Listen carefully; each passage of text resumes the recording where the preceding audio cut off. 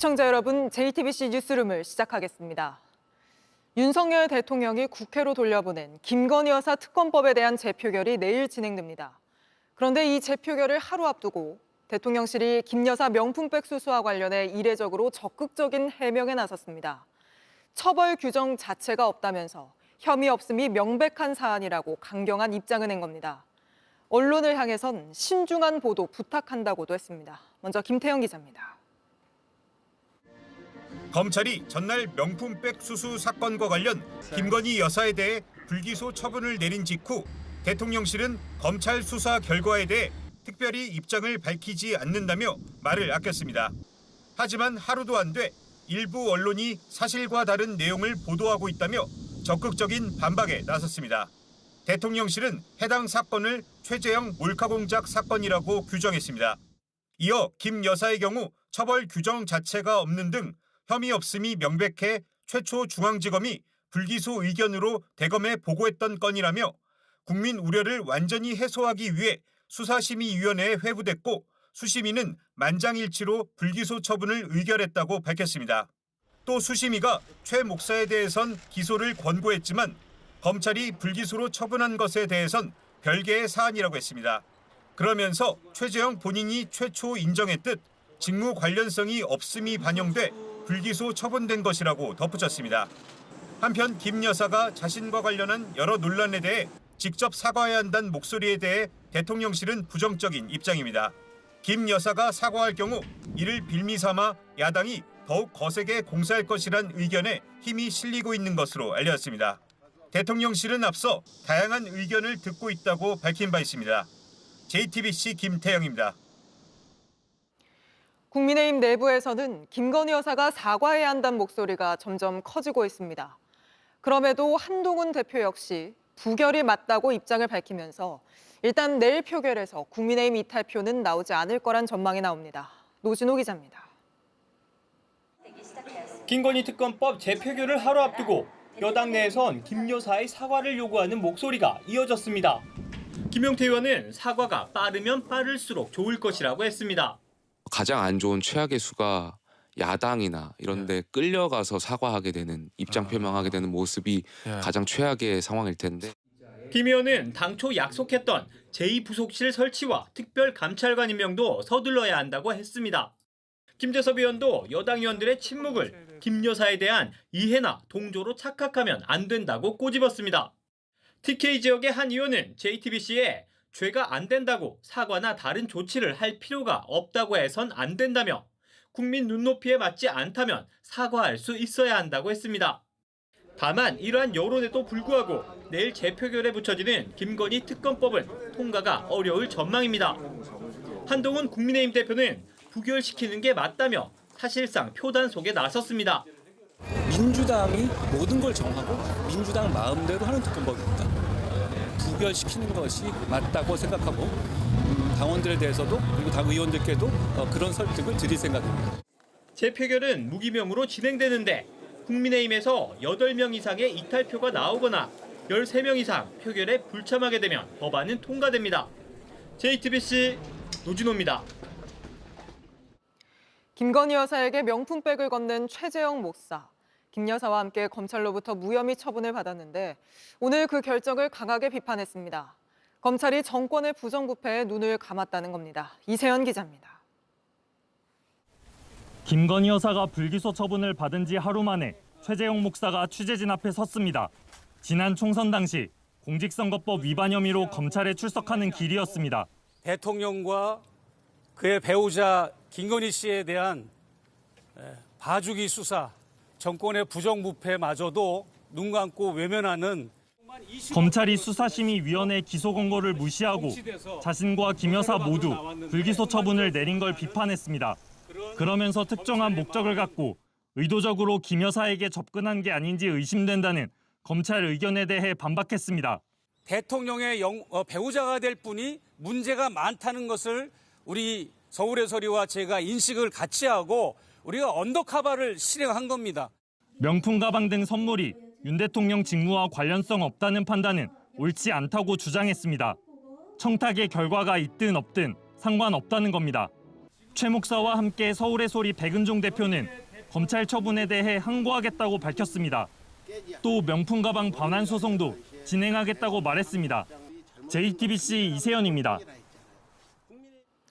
김건희 여사 공천 개입 의혹의 핵심 인물인 명태균 씨가 저희 JTBC와의 인터뷰에서 지난 대선 때도 윤석열 당시 후보 캠프에서 일했다고 했습니다.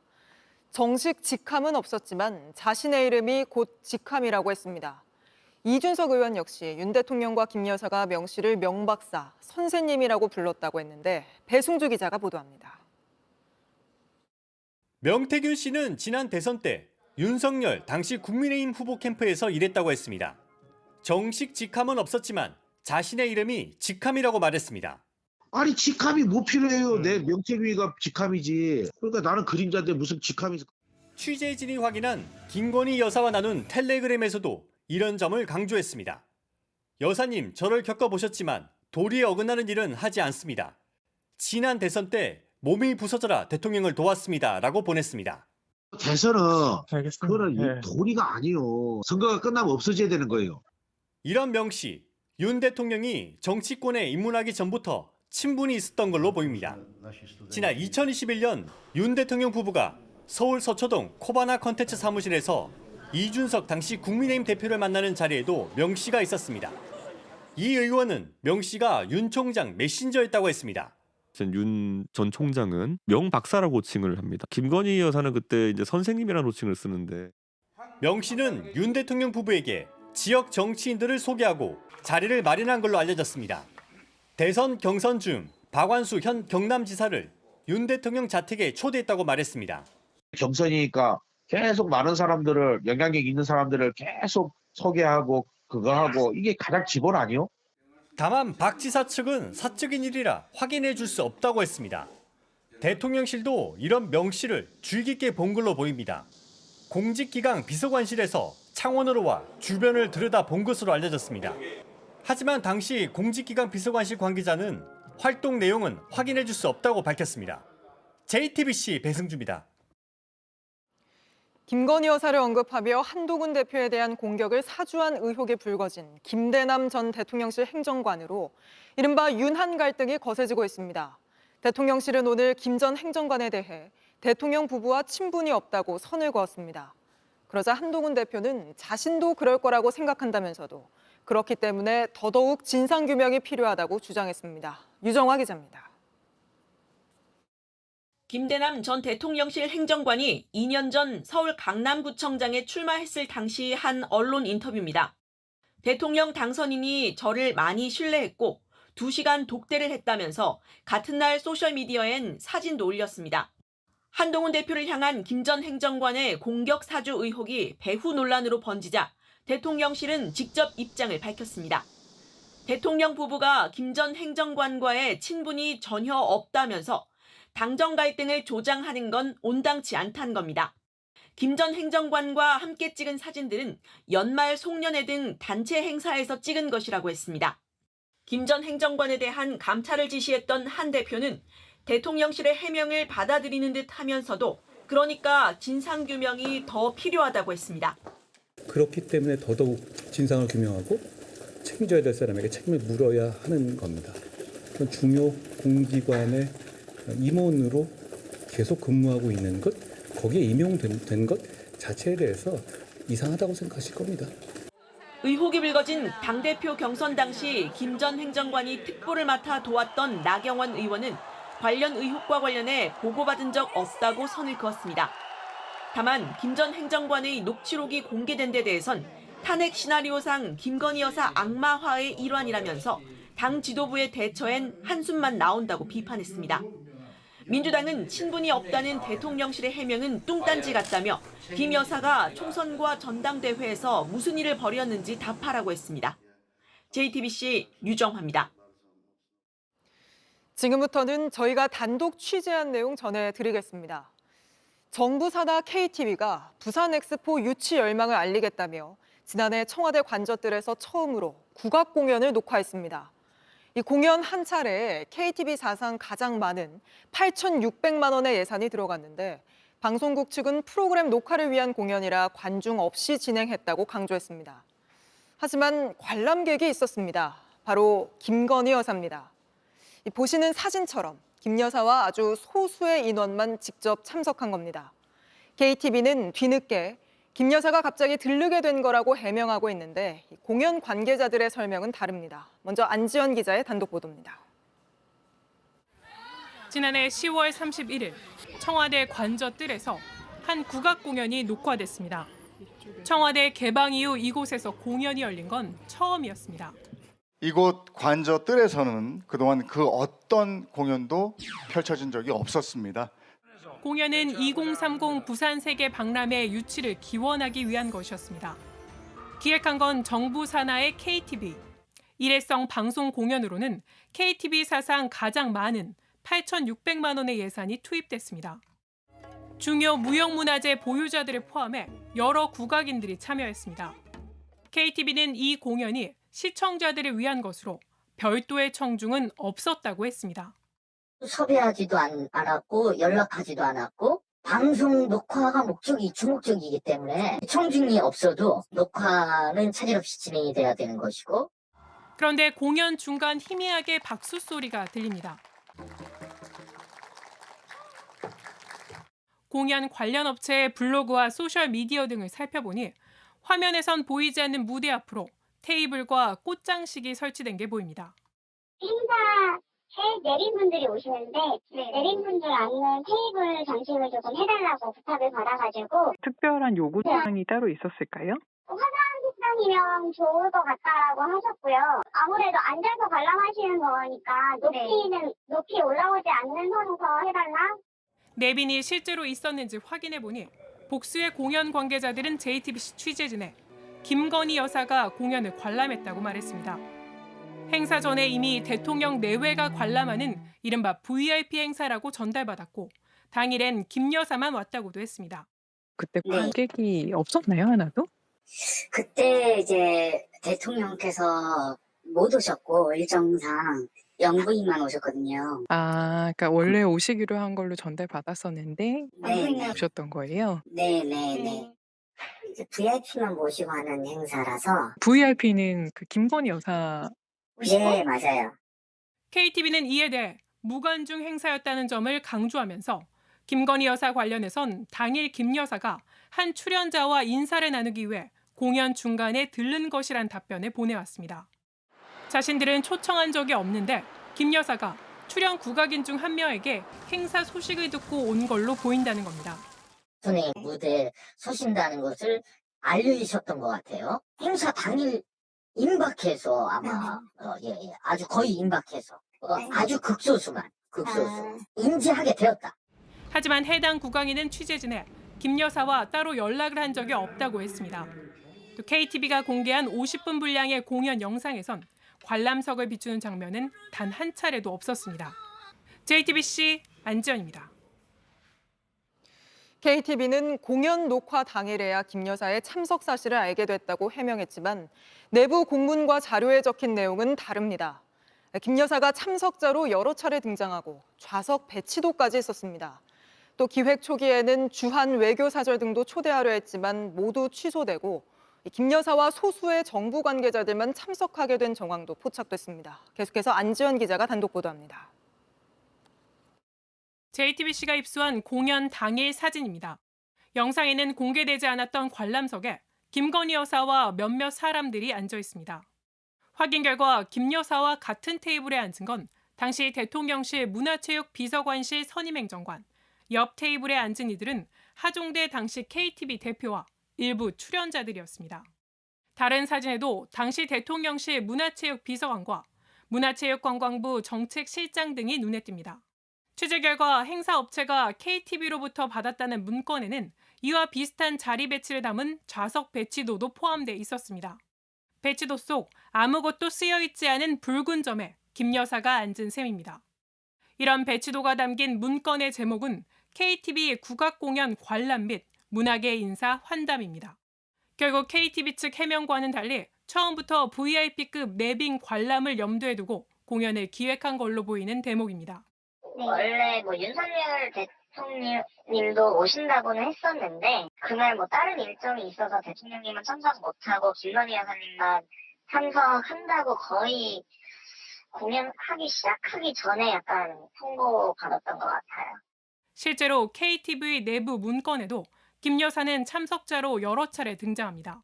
기획 초기 때는 주한 외교사절과 기업 관계자 등도 함께 있었는데 나중엔 모두 지워졌습니다. 이에 대해 KTV 측은 참석자, 즉 관람 내비는 기획 단계에서 아이디어였을 뿐 진짜 섭외는 이루어지지 않았다는 입장입니다. 하지만 이런 설명도 명단에 있던 이들의 주장과는 다릅니다. 초대 명단에 있었던 이들 중 일부는 JTBC에 초청을 받았지만 거절했다거나 심지어 참석하겠다는 뜻을 밝혔지만 나중에 행사가 취소됐다는 연락을 받아 안 갔다고 밝혀왔습니다. 결과적으로 일부 섭외 작업이 실제로 이루어졌지만 어떤 이유에서인지 김 여사와 그 수행원 등만 관람하는 공연이 된 셈입니다. 김건희 여사가 비공개로 참석하고 그것을 나중에 KTV가 알리지도 못한 것 대단히 부적절하다고 생각합니다. 정부 예산을 소수의 권력자들이 비공개적으로 활용한 것이다.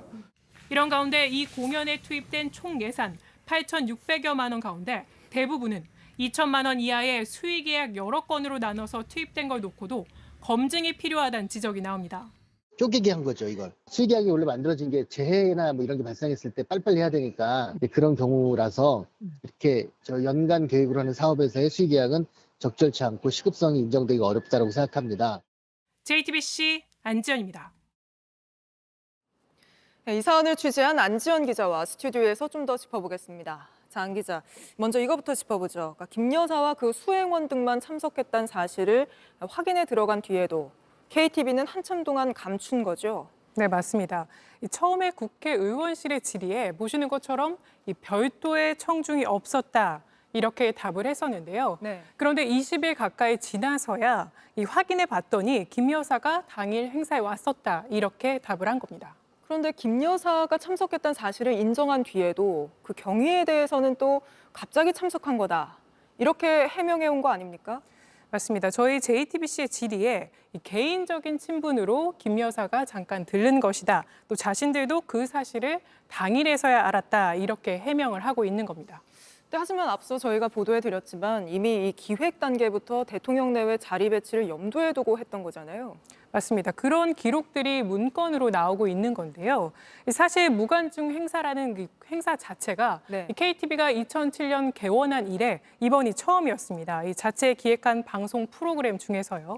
그럼 보시는 장면은 2016년에 KTV가 국악 콘서트라고 했던 공연인데요. 이렇게 많은 관람객이 모은 바 있습니다. 네, 정말 많이들 오셨네요. 네, 그런데도 이번에는 국악 공연을 무관중으로 했다면서 내건 이유가 이 중동 분쟁과 같은 국제 정세를 감안했다 이런 이유를 내건 건데요. 중동 분쟁이요? 맞습니다. 그런데 앞서 전해드린 대로 이 좌석 배치도를 미리 만든 점이나 또 관람석 테이블에 이 꽃장식까지 설치해둔 점, 그리고 일부 인사들을 실제로 초대했다가 취소하면서 이 결과적으로는 김 여사와 그 수행원 등만 공연을 보게 된 점을 미루어 봤을 때 과연 이 공연이 무관중 행사로 기획되고 실행된 게 맞는지 의문이 드는 게 많은 겁니다. 그러니까 아무튼 일반 국민이 관객으로 와서 볼 수 있는 공연은 아니었다는 건데 이 KTV의 최종 입장은 뭡니까? 네, 저희 리포트에 대한 예고 기사가 나간 뒤에 KTV가 입장을 전해왔는데요. 이 KTV 측은 이 순수 공연의 일부 인사만 관람한 것처럼 오도하면 안 된다. 이 공연이 아닌 방송 녹화 현장이었다. 이 점을 재차 설명했습니다. 그러니까 정리하면 KTV는 일반 국민이 관객으로 오진 않았지만 방송 녹화용으로 그러니까 부산 엑스포 유치를 기원하는 공연을 한 거고 8,600만 원을 들여서요. 그러니까 한마디로 홍보용이었다는 건데 그렇다면 그 홍보 효과는 좀 어땠습니까? 네, 일단 기획 단계에 들어 있었던 주한 외교사절 초청이 이루어지지 않았죠. 게다가 KTV는 이 공연 실황을 이 공연 직후에 2차례 방영하는 데 그쳤습니다. 또 유튜브와 같은 이 해외에서도 많이 사용하는 플랫폼 등에는 이 저작권 등을 이유로 올리지 않았고요. 아, 그렇습니까? 네, 자체 홈페이지에만 이렇게 영상을 올려놨는데 저희가 이 조회수를 확인해 보니 오늘 기준 500회 남짓에 그치고 있었습니다. 502회면 그렇게 조회수가 많이 나온 것 같지는 않습니다. 일단 오늘은 여기까지 들어보겠습니다. 안지연 기자였습니다. 네, 다음 소식입니다. 정부는 동해 유전 개발 사업을 발표하면서 미국 업체 액트지오의 분석 결과를 근거로 들었습니다. 그런데 액트지오에 앞서서 세계 1위 석유 시추 기업도 석유공사 의뢰를 받아 분석을 진행했고 리스크가 상당하다는 결론을 내렸던 사실이 드러났습니다. 그런데도 정부는 이 결론 자체를 비공개 처리한 걸로 파악됐습니다. 김필준 기자가 취재했습니다. 정부는 지난 6월 동해 유전 사업을 발표하면서 성공 가능성에 대해 구체적으로 언급했습니다. 그 20%의 성공률이면은 사실은 그 개별 팩터 요인을 봤을 때는 그 성공률이 높다라는 기존에 축적돼 있던 자료들을 종합적으로 분석을 했기 때문에 충분히 시추할 만한 수준이라. 근거는 지난해 말에 완료한 액트지오의 분석 결과였습니다. 그런데 액트지오에 앞서 지난 2022년 말에 세계 1위 석유 시추 기업인 슐럼버그가 석유공사의 의뢰를 받아 분석을 실시했던 것으로 파악됐습니다. 우드사이드와 석유공사의 탐사 유망성 관련 자료를 재평가하는 용역이었습니다. 그런데 석유공사는 슐럼버거의 분석 결과 보고서를 받고도 그동안 비공개했다가 국정감사를 앞두고 국회에 제출했습니다. 이마저도 성공 가능성 수치 등 주요 대목을 삭제하곤 했지만 부정적인 전망이 눈에 띕니다. 결과 부분에 가장 긍정적인 지역에도 상당한 리스크가 존재한다거나 해당 지역에 대한 이해도가 미숙하다는 겁니다. 앞서 16년간 해당 지역을 탐사한 우드사이드도 사업성이 낮다며 철수한 바 있습니다. 야당은 정부가 긍정적인 내용만 발표한 게 아니냐며 국정감사에서 따지겠다고 밝혔습니다. 부정적인 내용의 보고서가 직전까지 있었는데도 불구하고 무시한 게 아닌가 이렇게.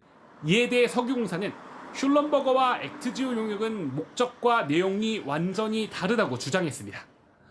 하지만 취재진이 입수한 두 용역 계획서에는 분석 지역이 같고 목적도 탐사 전략 수립이라는 취지로 적혀 있습니다. 이에 대해 석유공사는 앞선 해명 외에 덧붙일 말이 없다고 했습니다. JTBC 김필준입니다. 사상 초유의 두 쪽 기념식이 치러졌던 지난 광복절에 뉴욕 총영사가 광복 회장을 거칠게 비난한 사실이 알려져 도마에 올랐었습니다. 저희가 당시 발언 영상을 입수했는데 광복절은 미국에 감사를 표하는 날이라고 말하기도 했습니다. 해당 총영사는 JTBC와의 통화에서도 미국 없이 해방이 왔겠냐며 자신은 당당하다고 했습니다. 최규진 기자입니다. 주 뉴욕 총영사관이 현지 시간으로 지난 8월 15일 한인 교민들과 함께 미국 뉴욕에서 주최한 광복절 기념행사입니다. 김의환 총영사가 대한민국 정부를 대표해 직접 쓴 축사를 읽겠다며 단상에 오릅니다. 그러면서 광복절은 해방을 가져다준 미국에게 감사하는 날이라고 말합니다. 오늘은 순국 선열들의 고귀한 희생을 깊이 새기며 일제강점으로부터 해방을 가져다준 미국에 감사를 표하는 날이고 8.15 광복이 독립운동의 결과라기보다 남의 손에 의해 됐다는 걸 강조하는 걸로 들릴 수 있습니다. 김 총영사는 광복절을 통해 종북 좌파를 몰아내는 데 힘써야 한다고 주장하면서 거친 말도 썼습니다. 미국이 선사한 자유민주주의 시장경제 시스템을 더욱 견고하게 만들어서 대한민국을 파괴시키려고 광분하고 있는 북한 공산 세력과 대한민국 내부의 종북 좌파 세력들을 분쇄해내는 것입니다. 일부 청중 사이에선 발언이 과하다는 비판이 나왔습니다. 김 총영사는 이 자리에서 이종찬 광복회장의 기념사를 두고 말 같지도 않다고 말해 논란이 된 바 있습니다. 김 총영사는 JTBC와의 통화에서 자신의 발언들에 대해 후회하지 않는다고 말했습니다. 절전적으로 해방이라는 거는 미국, 일본을 해방 안 시켰으면 그거 왔겠어요. 좀 당당합니다, 저는. 저는 특임이고 그래서 일반 그런 외교부 공무원들식 같이 눈치 보고 그렇지 않습니다. 국회 외통위에서도 부적절하다는 지적이 이어졌지만 김 총영사는 공관장으로서 판단한 거라고 주장했습니다. 그 공무원의 정치적 중립성 문제라든가 그런 그 일방의 그 편향된 정치적 주장들을 공개석상에서 그렇게 가감없이 표출하는 것은 대단히 부적절한 얘기죠. 광복회는 국민 분열을 조장하고 역사를 왜곡한 발언이라고 비판했습니다. JTBC 최규진입니다. 저출생 대책으로 시범 운영 중인 필리핀 가사관리사 사업이 한 달을 맞았는데 잡음이 적지 않습니다. 중도 취소한 가정이 24곳이나 나왔고 처우 문제를 둘러싼 논란도 계속되고 있습니다. 조보경 기자입니다. 아기를 위한 노래도 따라 부르고 유아 CPR도 배웁니다. 한국으로 입국해 지난달부터 일을 시작한 필리핀 가사 도우미 100명입니다. 열심히 했습니다. 나중에 돈 많이 모으고 가족도 많이 도와주고. 처음엔 142가정에서 일을 시작했는데 한 달이 지나고 확인해보니 24가정이 중도 취소한 걸로 나타났습니다. 시작 전 계약을 포기한 가구가 있었는데 이용하다 그만둔 곳까지 나온 겁니다. 단순히 마음이 변했거나 시간 조정이 어렵다는 이유 때문입니다. 처음 시범 도입한 외국인 가사관리사, 한 달 동안 여러 논란이 나왔습니다. 2명의 가사관리사가 무단으로 이탈했고 현재까지 연락이 닿지 않고 있습니다. 비용 문제도 이견이 컸습니다. 서울시는 이용자 부담을 줄여야 한다며 이들에게 최저임금보다 적게 줘야 한다고 주장하고 있습니다. 월 238만 원을 부담해야 하고 지금과 같은 비용이라면 지속 가능하지 않다고 생각합니다. 하지만 김문수 고용노동부 장관은 외국인이라고 해서 최저임금을 차등 적용할 수 없다는 입장입니다. 일각에선 이들의 처우를 개선해야 한다는 지적도 나왔습니다. 현재 98명이 169가정에서 일하고 있습니다. 대부분 2곳 이상의 집에서 파트타임으로 일하는 셈입니다. 주 40시간 근무가 확보되지 않아 약속된 수준의 급여가 안 나올 수 있습니다. 시급보다 11,000원, 12,000원까지 올려주는 그런 사장님도 많이 계십니다. 하지 않을 거라고 생각하거든요.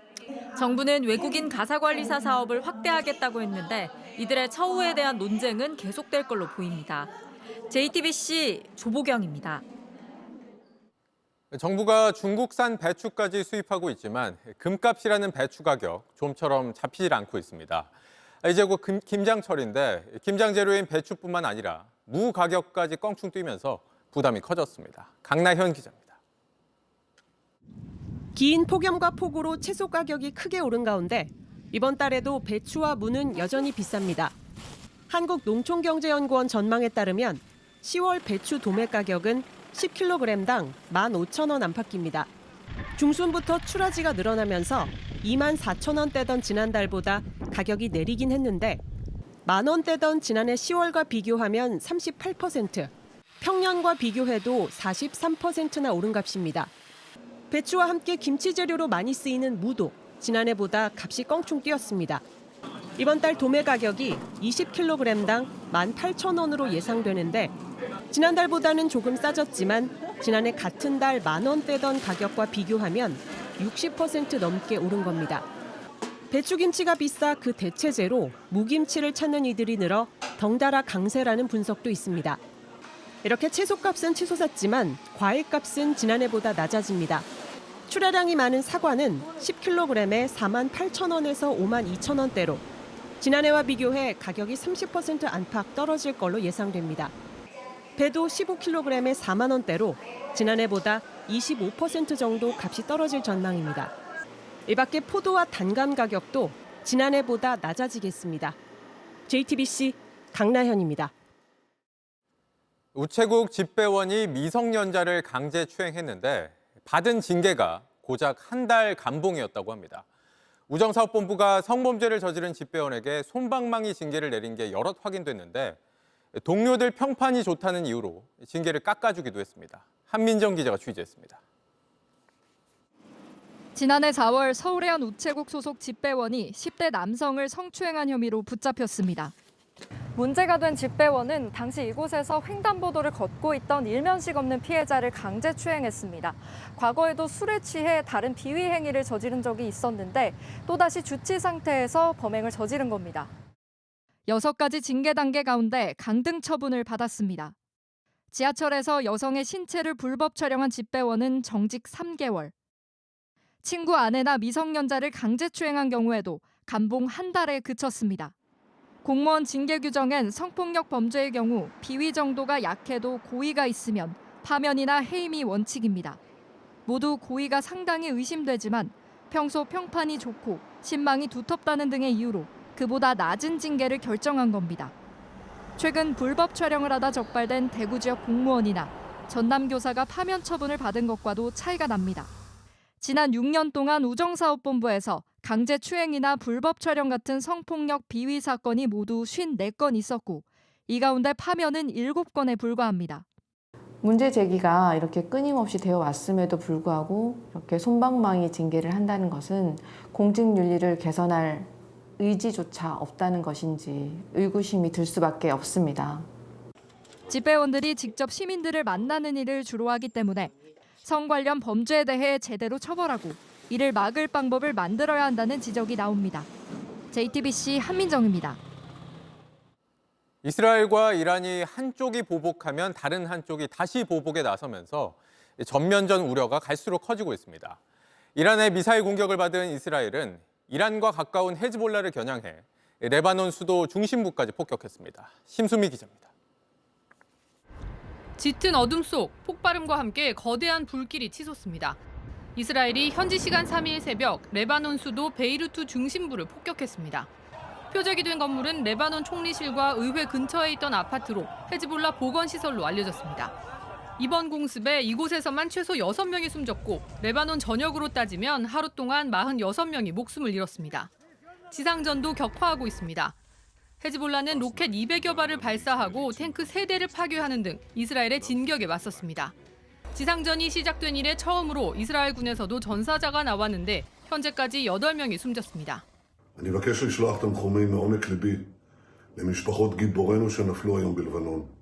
이스라엘은 하마스를 겨냥한 공세 수위도 높이고 있습니다. 가자 지구에서 UN 난민 구호 기구가 운영하는 학교가 공습을 받아 최소 8명이 숨졌습니다. 부상자 중에는 생후 3개월 된 영아도 포함됐습니다. 이스라엘은 최근 미사일 공격을 해온 이란에 보복을 예고한 상태입니다. Consequences Iran will face for their actions will be far greater than they could ever have imagined. 이란을 대리하는 세력들을 조준하고 있는 이스라엘이 자칫 이란과 전면전으로 치달을까 우려가 커지고 있습니다. JTBC 심수희입니다. 이렇게 중동 지역 갈등이 커지면서 잠잠했던 국제 유가도 다시 치솟고 있습니다. 최근 물가가 안정세에 들어선 건 뚝 떨어진 기름값 덕분이었는데 험악해진 중동 정세에 기름값이 다시 뛰면서 물가가 출렁일 수 있다는 우려가 나옵니다. 공다솜 기자입니다. 이란이 이스라엘에 미사일 공격을 가한 지난 1일 국제유가는 상승세로 돌아섰습니다. 이스라엘이 보복 차원에서 산유국인 이란의 석유시설을 공격할 수 있다는 관측이 나오면서입니다. 국제유가는 이틀 연속 오르며 배럴당 $70를 넘어섰습니다. 일주일 만에 4% 급등한 겁니다. 연말 원유 증산에 나선 산유국 모임 오펙 플러스의 결정이 상승세를 완충해줄 거란 분석도 있지만 중동 상황에 따라 당분간 가격 변동은 불가피해 보입니다. 한동안 잠잠했던 국제유가가 출렁이면서 이달 말 유류세 인하 조치를 끝내야 하는 정부의 고민도 깊어질 전망입니다. 국제유가가 전보다 많이 안정된 데다 올해 대규모 세수 부족이 예견되는 만큼 유류세 인하 조치 종료가 예상됐지만 다시 중동 불안 복병을 만난 겁니다. 2021년을 시작으로 11차례 연장된 유류세 인하 조치로 줄어든 세수는 총 13조 원에 이릅니다. 배럴당 80불, 90불 그 단계에서 인하를 했단 말이에요. 지금 국제유가는 그보다 훨씬 더 낮은 수준인데 유가가 내려갈 때는 빨리빨리 환원을 하고 다시 올라가면 인하를 하든 탄력적으로 좀 운영을 해야 되는. 한동안 낮은 수준을 유지했던 국제유가 덕에 지난달 소비자 물가도 1%대로 안정됐지만 다시 물가를 자극할까 우려도 나옵니다. JTBC 공다솜입니다. 미국 대선을 한 달 앞두고 트럼프 후보의 말실수가 부쩍 늘었다는 지적이 나오고 있습니다. 북한 김정은 위원장과 이란 대통령을 헷갈리기도 했는데 여든에 가까운 트럼프도 바이든 대통령처럼 고령 리스크 논란이 불거진 겁니다. 이지은 기자입니다. He took none. I'd like to see him take one, just one, a real easy one. Like go through the first 5 questions. He couldn't do it. 4살 많은 바이든이 횡설수설한다며 놀리던 트럼프. 바이든이 자주 하던 말실수를 이제는 트럼프가 하고 있습니다. 이란을 이라크와 헷갈리는가 하면 이란 대통령을 북한 김정은 국무위원장과 혼동하기까지 했습니다. They said that we have to guard the United Nations, which meant the president of North Korea, who's basically trying to kill me. 최근 유엔 총회에 참석한 사람은 김정은 위원장이 아니라 패제시키한 대통령이었습니다. 이란이 과거 자신을 암살하려 한 것을 잘못 말한 듯하지만 그렇게 친하다던 김정은이라 의아함을 자아냈습니다. We stopped the missile launches from North Korea. Now North Korea is acting up again, but when we get back, I get along with him. He'd like to see me back too. I think he misses me, if you want to know the truth. 트럼프는 자신보다 20살 가까이 젊은 해리스가 인지력 문제가 더 크다고 주장하고 있습니다. 그러나 고령 리스크는 정작 최고령 대선 후보가 된 트럼프에게 부메랑처럼 돌아온 상황입니다. JTBC 이지은입니다. 정부가 자랑해온 폴란드 무기 수출, 그중에서도 국산 전투기 FA-50을 둘러싸고 잡음이 계속되고 있습니다. 장비 불량 문제에 이어 이번엔 폴란드 측에서 미국산 미사일을 장착해주기로 한 약속을 지키라고 요구하고 나선 겁니다. 카이 측은 그런 약속을 한 적이 없다고 맞서고 있는데 얼마 전 방한한 폴란드 국방차관도 문제 제기를 한 걸로 알려졌습니다. 김민관 기자입니다. 한국항공우주산업 카이는 지난 2022년 9월 폴란드 정부와 경공격기 FA-50 48대 수출 계약을 체결했습니다. 이 가운데 12대가 지난해 12월 우선 인도된 데 이어 2028년까지 36대가 납품될 예정입니다. 그런데 폴란드 측이 최근 미국산 공대공 미사일 장착 문제를 놓고 문제를 제기하고 나선 것으로 확인됐습니다. 미국산 공대공 미사일을 장착해주기로 한 약속을 지키라고 주장하고 있는 겁니다. 폴란드 측은 계약서상의 문구를 근거로 불만을 제기한 것으로 알려졌습니다. 특히 지난 2일 폴란드 국방차관이 김용현 국방부 장관을 만난 자리에서도 이 문제를 언급한 것으로 알려졌습니다. 하지만 제조사인 카이 측은 폴란드가 무리한 요구를 한다는 입장입니다. 카이 관계자는 애초에 해당 미사일 장착을 약속한 사실 자체가 없다면서 계약서에 가능성 검토 정도의 내용만 담겨 있을 뿐 의무 조항이 아니다라고 반박했습니다.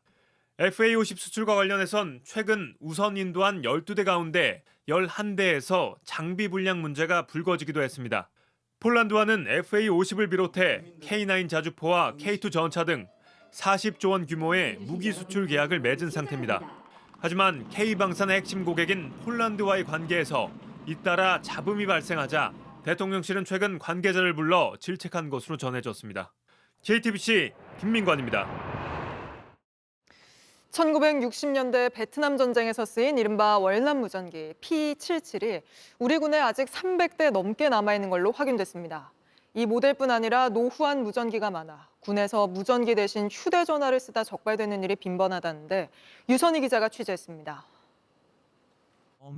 한 유튜버가 베트남 전쟁 당시 미군 통신 요원들의 수명이 짧았던 이유를 설명합니다. Radio operators were expected to carry heavy equipment. The PRC-77 radio system weighed 13.5 pounds. 무전기가 워낙 무거워 미처 적의 공격을 피하지 못해 전사하는 경우가 많았다는 겁니다. P-77, 1960년대 미군에 보급돼 이른바 월남 무전기로 불린 이 장비가 아직도 우리 군에 300대 넘게 남아있는 것으로 확인됐습니다. 주로 예비군에 배치돼 있지만 도태되지 않은 정식 훈련 장비입니다. 1990년대에 도입한 PRC-999 계열의 무전기도 이미 노후한 지 오래입니다. 육군은 수차례 개량했기 때문에 사용에 문제가 없다고 하지만 현장의 목소리는 다릅니다. 솔직히 아무리 후방에서 하는 훈련이어도 최소한의 기준은 좀 맞춰야죠. 작전상 진지사이 거리가 이제 10km가 넘거든요. 우리끼리 100m 거리에서 통신하면 사실 뭐 하냐고요. 감도도 안 좋고 이제 부품도 없고. 전쟁 중 기지국이 무너지더라도 통신 체계를 유지하려면 훈련 중 반드시 무전기를 사용해야 하지만 그럴 수가 없다는 겁니다. 실제 육군은 훈련 중 휴대전화 사용 금지 상황을 매년 100가지 넘게 지정하고 있는 것으로 확인됐습니다. 그만큼 휴대전화 사용이 빈번하게 이루어지고 있다는 겁니다. 군이 보안에 문제가 있는 휴대전화를 훈련 중에 사용하고 있습니다. 그 이유는 바로 통신 장비가 아주 노후화됐기 때문입니다. 국방부는 노후화된 통신 장비를 조속히 교체해서 최근에는 아날로그 무전기를 대신해 도입한 전투원용 무전기 일부가 호환되지 않는다는 사실이 드러나 논란이 되기도 했습니다. JTBC 유선입니다.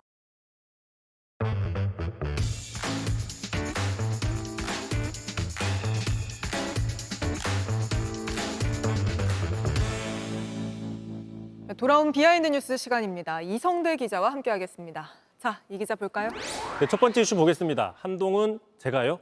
이렇게 잡아봤는데요. 자, 어제였습니다. 한동훈 대표가 빠진 채 윤석열 대통령과 여당 원내대표단 만찬 뒤에 오늘까지도 미묘한 기류가 이어지고 있습니다. 일단 당에서는 한동훈 대표한테 미리 양해를 구했다라는 입장입니다. 신동욱 원내대변인은 한 대표실에도 만찬에 대해서 미리 충분히 설명을 했고 또 한 대표도 흔쾌히 좋은 시간이 됐으면 좋겠다라고 얘기했다고 어제 공개를 했습니다. 아, 이래서 한동훈 대표가 여기에다 대고 제가요라고 한 건가요? 그렇습니다. 이런 해명에 대해서 한 대표가 바로 반문을 했는데 직접 들어보시죠.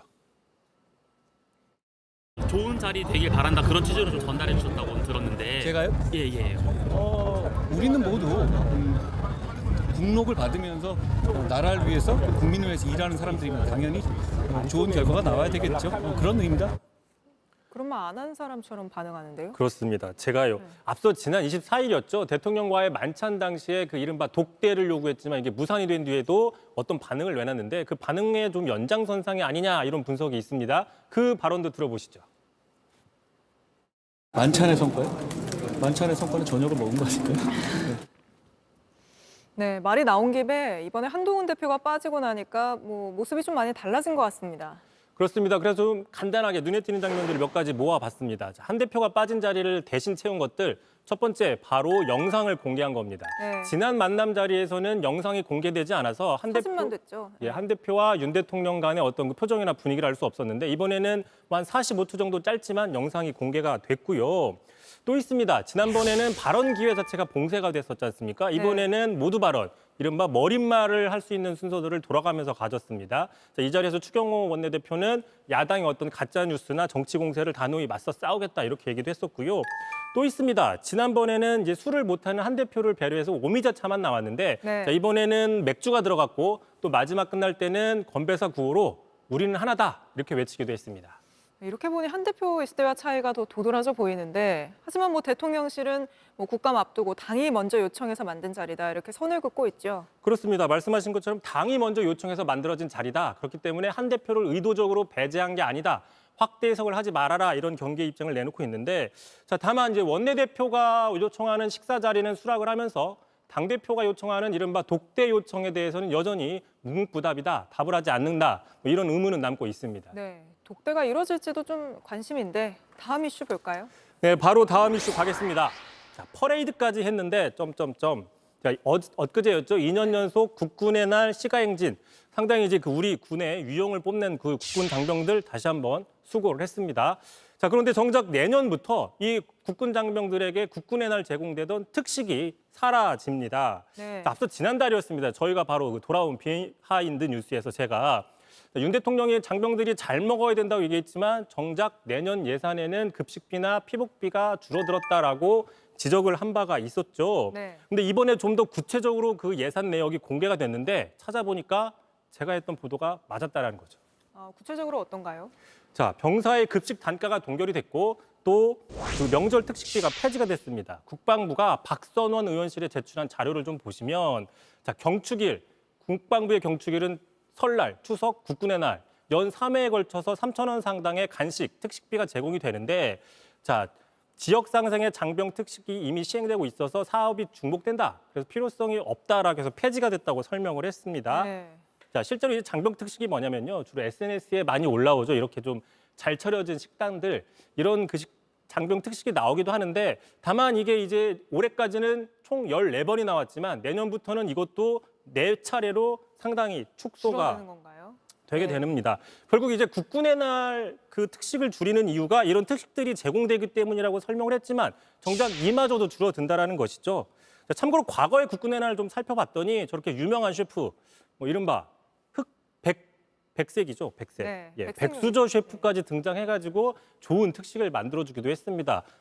상당히 최고 그 셰프이기 때문에 고기를 구워도 상당히 이분하게 잘 구울 수 있는 셰프일 수 있는데 이 정도까지는 못하더라도 다름 아닌 국군의 날 특식비까지 없애는 건 좀 과도한 거 아니냐, 이런 지적들도 나오고 있습니다. 네, 알겠습니다. 오늘은 여기까지 짚어보겠습니다. 이성대 기자였습니다. 석 달 전 한국인 승객이 여러 타고 있는 중국 항공사 여객기가 인천공항으로 향하던 중에 북한 영공에 진입하는 소동이 있었습니다. 알고 보니 조종사와 관제탑이 교신하는 과정에서 왼쪽 오른쪽을 잘못 알아들으면서 벌어진 일이었습니다. 오원석 기자입니다. 중국 동방항공 소속 여객기가 칭다오 국제공항에서 이륙한 건 지난 7월 15일 오후 1시쯤입니다. 인천공항 착륙을 앞둔 오후 3시 10분쯤 갑자기 여객기는 북쪽으로 기수를 돌렸습니다. 선회하나 싶었지만 그대로 북쪽으로 비행을 계속했습니다. 서해 북방 한계선 NLL을 넘어 북한 영공으로 진입했습니다. 여객기는 북한 하늘에서 2분 정도 비행했습니다. 그러다 조종사가 방향이 잘못됐다는 걸 깨달았고 급히 기수를 돌렸습니다. 이런 일이 왜 벌어졌는지 국토교통부 조사 내용을 입수했습니다. 여객기가 착륙을 위해 인천공항에 접근하자 관제탑은 영어로 right, 즉 오른쪽 방향으로 틀라고 지시합니다. 그런데 조종사는 left, 왼쪽으로 알아들었습니다. 조종사는 left를 5번 더 복창합니다. 이번에는 관제탑이 이 말을 잘못 알아들었습니다. right, 즉 오른쪽으로 맞게 가는 것으로 받아들였습니다. 시속 460km로 날고 있던 비행기는 실수를 알아차렸을 때 이미 북한 영공을 날고 있었습니다. 이 여객기에 우리 승객은 21명 타고 있었습니다. 남북 관계가 가뜩이나 경색된 국면에서 정말 큰일 날 뻔했습니다. 발음이 잘못 이해되고 있다는 것은 있을 수 없는 일이라고 생각되고 국토부는 단순 실수라 처벌하진 않았다고 밝혔습니다. 다만 발음이 헷갈리는 단어 대신 오른쪽은 알파벳 R로 시작하는 로미오, 왼쪽은 L로 시작하는 리마 같은 국제 표준 용어를 쓰도록 권고했습니다. JTBC 오원석입니다. 수도권 버스 중에는 고장이 잦고 매연도 많이 뿜어내는 노후버스가 2,700여 대에 달합니다. 그런데 바꿔줘야 할 이런 낡은 버스는 여전히 운행을 계속하고 있고 신형 버스들은 창고에만 갇혀 있다고 합니다. 왜 이런 일이 벌어진 건지 임예은 기자가 취재했습니다. 곳곳 녹이 쓴 마을버스. 엔진룸에는 먼지와 기름때가 가득합니다. 차가 9년 정도 되면은 처음에 새 차 때보다 매연이 더 많이 나와요. 오래 달린 차는 고장도 잦아 기사들이 몰기를 꺼립니다. 그다음에 오르막길 탈 때 힘이 약해요, 힘이. 기아 먹는 게 좀 아무래도 부드럽지를 못하니까 운행하는 게 훨씬 힘들대요. 이 운수회사는 올해 운행 연한을 넘기는 버스 세대를 전기버스로 바꿀 계획이었습니다. 차값의 60%를 지원받을 수 있기 때문입니다. 그런데 지난해 말 미리 신청한 보조금을 여지껏 못 받았습니다. 지난 6월 환경부가 올해 서울 경기에 배정했던 약 200대 규모의 보조금을 갑자기 다른 지역으로 돌렸기 때문입니다. 다른 지역 수요와 형평을 고려해 재배정했다는 설명입니다. 보조금 없이 수억 원짜리 전기버스를 살 여유는 없습니다. 폐차된 차가 없다 보니까 운행을 제대로 못하는 거죠. 폐차 간격이 이제 당연히 늘어나고 납품 계약을 맺고 다 만들어둔 차를 출고 못하는 제조업체도 난감합니다. 주기적으로 그 차량의 그 성능을 유지하기 위해서 테스트도 해줘야 되고 또 사실 주차비만 해도 월 몇천만 원씩 나가는 거죠. 서울과 경기를 달리는 노후버스는 올해 8월 기준 모두 2,762대, 10대 중 1대꼴입니다. 노후 전기버스 같은 경우에는 교체를 하지 않았을 경우에 이제 그게 달리는 흉기가 될 수도 있고 낡은 버스를 제때 교체할 수 있도록 정부가 보조금을 예측 가능하도록 집행해야 한다는 목소리가 높습니다. JTBC 임예은입니다. 태풍 끄라토는 우리나라로 오기 전에 힘이 빠질 걸로 보이지만 대만에는 큰 피해를 남겼습니다. 58년 만에 가장 강력한 태풍에 대만에선 100명 넘는 사상자가 발생했고 곳곳이 말 그대로 초토화됐습니다. 이도성 특파원이 전합니다. 15톤짜리 철골 구조물이 힘없이 무너져 내리고 집채만한 파도는 건물 5층 높이 방파제를 넘습니다. 철제 컨테이너를 가벼운 종이 상자처럼 날려보내기까지 합니다. 어마어마한 위력을 지닌 제18호 태풍 끄라톤이 대만을 덮쳤습니다. 최대 풍속이 시속 173km에 달했고 나흘 동안 최대 1280mm에 달하는 비를 뿌렸습니다. 但是这边的摊位、摊车都是没有做生意的。不过呢，这个摊车因为被强风吹，原本呢是在这个空地的位置，被吹到往后大概有位移了5公尺左右。 끄라톤은 필리핀을 지나 오늘 오후 1시쯤 대만 서남부 가오슝에 상륙했습니다. 그 사이 대만 전역이 영향권에 들면서 최소 2명이 숨지고 120여 명이 다쳤습니다. 곳곳에서 산사태가 났고 건물들이 무너져 내렸습니다. 대만 전역의 회사와 학교가 모두 문을 닫았고 국내선 항공기는 모두 취소됐습니다. 전국적으로 파악된 것만 27만여 가구가 정전 피해를 입었습니다. 没有电就没办法包啊，就只能等电来啊。那冰箱的那些东西怎么办？就先尽量不要打开啊。 현지 기상당국은 끄라톤 세력이 점차 약해지고는 있지만 내일까진 비바람을 뿌릴 걸로 보고 있습니다. 중국 베이징에서 JTBC 이도성입니다.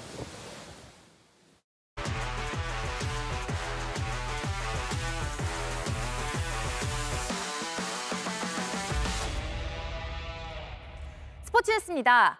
벼랑 끝 승부마다 살아난 KT가 또 한 번 마법을 부렸습니다. 이번엔 가을 야구 역사를 바꿔놨는데요. 와일드카드 결정전에서 5위 팀이 준플레이오프에 오른 건 최초입니다. 정사 기자입니다. 승부는 1회 초부터 신경전으로 시작됐습니다. KT 로하스의 3루 땅볼 때 두산 3루수 허경민의 1루 송구가 뒤로 빠지면서 타자 주자가 2루까지 간 상황. 두산이 이 장면을 두고 3피트 라인 위반 수비 방해로 비디오 판독을 요청했습니다. 결과는 로하스가 1루로 들어가면서 1루수 밑을 건드렸기에 수비 방해로 판정, 아웃으로 번복됐습니다. 비디오 판독에 대한 항의는 곧바로 퇴장이기에 이강철 감독은 덕아웃 안에서 불만을 표출했습니다. 한순간의 선택이 승부처가 될 수 있는 가을 야구. 두산 입장에선 0대 0으로 맞선 5회 말 공격이 아까웠습니다. 원아웃 2루 찬스에서 허경민의 좌전 안타가 터졌고 2루 주자 양석환이 홈으로 파고들었습니다. 그러나 좌익수 로하스의 홈송구에 막히고 말았습니다. 다리가 느린 양석환을 3루에서 멈추게 했다면 1, 3루 찬스로 이어질 수 있었지만 이 판단이 아쉬웠습니다. 곧바로 KT의 반격이 나왔습니다. 6회 초 로하스가 안타로 출루하며 기회를 열었고 이후 강백호의 좌전 적시타가 터지며 귀중한 선취점을 뽑았습니다. 이 한 점이 결국은 승부를 결정했습니다. 두산은 9회까지 3개의 안타에 그치며 타선이 내내 침묵했습니다. 와일드카드 1차전에 이어 2차전에서도 한 점도 내지 못하고 무기력하게 가을 야구를 끝냈습니다. 역대 와일드카드 결정전에서 5위 팀이 4위 팀을 꺾은 건 처음입니다. 5위 결정전에서 SSG의 극적인 역전승을 거둔 KT는 준플레이오프까지 오르며 가을 동화를 쓰고 있습니다. 5판 3선승제의 준플레이오프는 이틀 뒤 KT와 LG의 대결로 펼쳐집니다. JTBC 정수아입니다. 홍명보 감독 선임을 둘러싼 논란에 국회 그리고 정부까지 나서자 국제축구연맹인 피파가 경고를 보냈습니다. 정치가 스포츠에 개입하면 안 된다는 원칙을 강조했는데요. 다만 이 문구에 숨지 말라는 축구 팬들의 목소리도 이어지고 있는데 축구협회는 앞으로 어떻게 대응할까요? 홍지용 기자입니다. 문체부는 축구협회에 대한 감사 결과를 발표하면서 홍명보 감독 선임 과정에 문제가 있지만 감독 계약은 무효가 아니라는 입장을 냈습니다. 또 축구협회의 독립성이 존중받아야 되기 때문에 또 전문적인 분야입니다. 축구협회가 자율적으로 판단할 문제라는 건데 이 배경에는 스포츠가 정치로부터 자유로워야 한다는 원칙도 영향을 미친 것으로 보입니다. 국제축구연맹 피파는 지난달 말 이런 우려를 전달한 것으로 확인됐습니다. 대한축구협회에 공문을 보내 축구협회가 정치적 간섭을 받아서는 안 되고 어기면 제재하겠다고 경고했습니다. 이 문서는 문체부까지 전달됐습니다. 지난 2015년 실제로 제재가 이뤄진 적 있습니다. 쿠웨이트 정부가 스포츠 기구의 인사권에 개입할 수 있게 법을 고치자 쿠웨이트 대표팀이 월드컵 예선에서 몰수패 처리된 겁니다. 다만 인사 문제에 직접적으로 개입하지 않으면 경고에 그치기도 합니다. 2010년 프랑스 대표팀이 그랬습니다.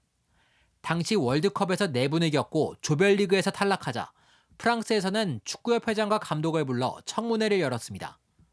피파가 제재하겠다고 경고하자 프랑스 정부는 내정 간섭이라며 반발했고 경고에 그쳤습니다. 클린스만 감독의 경질부터 홍명보 감독의 선임까지 1년 내내 잡음이 나오는 가운데 축구 팬들은 정치적인 독립성이라는 문구를 내세워 어물쩍 넘어가기보다는 계속되는 논란에 대한 명쾌한 설명을 기다리고 있습니다. JTBC 홍지용입니다.